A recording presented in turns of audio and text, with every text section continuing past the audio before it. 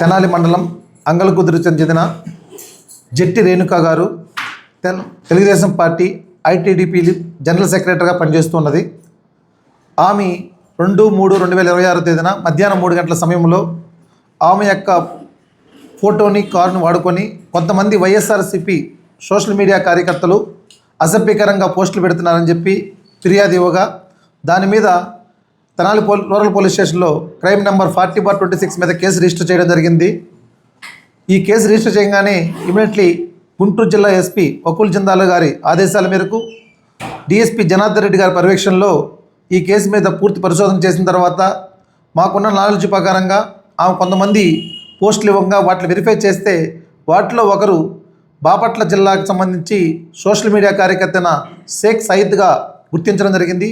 ఈ సయీద్ గురించి మనం విచారించగా ఇతను 2024లో మన గౌరవనీయ సీఎం చంద్రబాబు నాయుడు గారి మీద, డిప్యూటీ సీఎం గారైన పవన్ కళ్యాణ్ గారి మీద, మన హోమ్ మినిస్టర్ గారు అనిత గారి మీద కూడా ఇతను అసభ్యకరమైన పోస్టులు పెట్టినప్పుడు ఎంటైర్ స్టేట్లో 8 కేసులు కట్టడం జరిగింది. అవి Chintalapudi police station, Bapatla town, అదేవిధంగా ప్రకాశం జిల్లా కొత్తపట్నం పోలీస్ స్టేషను, అదేవిధంగా ఎన్టీఆర్లోని సత్యనారాయణపురం పోలీస్ స్టేషను, వైజాగ్లో న్యూ పోర్ట్ పోలీస్ స్టేషను, శ్రీకాకుళంలో హిరమండలం పోలీస్ స్టేషను, ఆ విధంగా పులివెందల పోలీస్ స్టేషన్లో కూడా అతని మీద కేసులు రిజిస్టర్ చేసి ఉన్నారు. ఈ కేసుల్లో అతను ఆల్రెడీ బెయిల్ కూడా తీసుకున్నారు. ఆల్రెడీ కోర్టు కూడా కొన్ని ఆదేశాలు ఇచ్చున్నాయి ఇలాంటి పోస్టులు పెట్టవద్దని చెప్పి కూడా.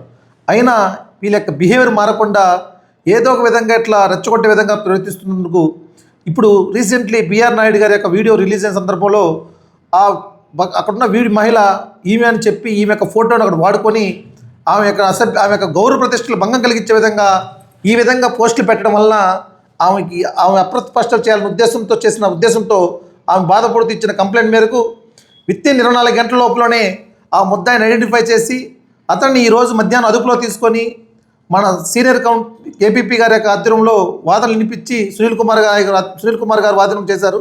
ఆ వాదనల మేరకు మన గవర్నర్ జడ్జి గారు 14 రోజులు రిమాండ్ కూడా ఇవ్వడం జరిగింది. మేము దీని తరపున చెప్తున్నాము, గుంటూరు జిల్లా పోలీసు తరపున ఎవరైనా మహిళలను కానీ ఇట్లా ఉద్దేశపూర్వకంగా సోషల్ మీడియాలో ఆమె గౌరవ ప్రతిష్టలు భంగం కలిగిస్తే అట్టి వారి మీద కేసులు కట్టడమే కాదు, కట్టిన తర్వాత 24 గంటల్లోనే వాళ్ళ మీద చర్య తీసుకుంటాము, వాళ్ళకి జైలు పంపిస్తాను కూడా స్ట్రాంగ్గా వార్నింగ్ ఇస్తున్నాము. అందుకని ఎవరు కూడా తెలియకుండా దాన్ని ఐడెంటిఫై కన్సెంట్ లోకల్ పోలీస్ యొక్క తెలుసుకోకుండా, నిజ నిర్ధారణలు తెలుసుకోకుండా ఇట్లాంటి పోస్టులు షేర్ చేయడం కానీ ఏమైనా చేయడం కానీ చేస్తే నేరము. ఈ విధంగా కొంతమంది ఉన్నారు, వాళ్ళని కూడా త్వరలోనే ఐడెంటిఫై చేసి వాళ్ళకి కూడా తగిన చర్యలు తీసుకుంటామని తెలియపరుస్తున్నాం. Thank you.